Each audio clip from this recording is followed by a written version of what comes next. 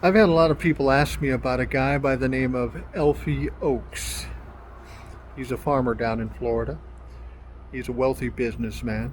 He's a political activist, and he's got some fucked up friends, of course, in the Republican Party. People like Roger Stone. Well, that's not unusual. We've got a lot of fucked up people around. But what's different about him is he had a raid on his property, his house, and his business. And it seemed like every alphabet agency was there, including the Secret Service. So the whole thing is very curious. People are suggesting that something tied to the election might be why he's getting raided. But let's be honest, this Alfie Oaks fuck is such a criminal, he could be raided for anything. But the fact that the Secret Service was involved, that is the most interesting. They deal with counterfeiting and protecting presidents and vice presidents and senators and the like. People are desperate to tie anything to proving that this election was rigged. Now, there are a lot of weird things around this thing.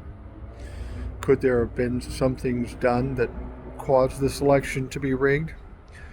I think on the outside, if you have common sense, you go, well, no, probably not. But then when you factor in Donald Trump's name and the Republican Party and MAGA, you have to go, well, maybe. I don't know.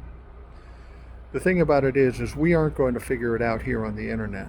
We can only hope that the law enforcement and intelligence agencies find something, if in fact there is something.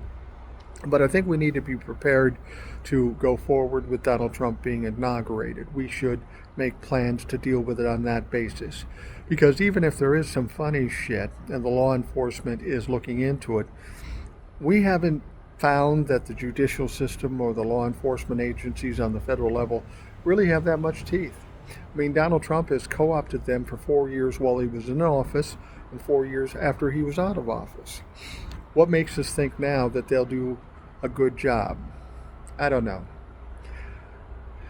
I would love to see something happen to keep Donald Trump from going into the Oval Office. I will hope and dream about anything that might come, but I think we have to be prepared that he will be inaugurated. And we have to decide what we're going to do, how we're going to fight, and we've got to be intense. I was hoping that after the election on November 5th, I could stop talking as much as about Donald Trump, but motherfuckers, this happens, and now I got another 4 years to talk about this shit. It is tiring, and I am old. All I'm saying is let's be realistic here. If there is something fishy, and it looks like there could be, okay. Will the judicial system actually figure it out and take care of it? I'm less confident of that. And if there isn't, we just got to do what we got to do. Whatever's in front of us, we got to fucking do it.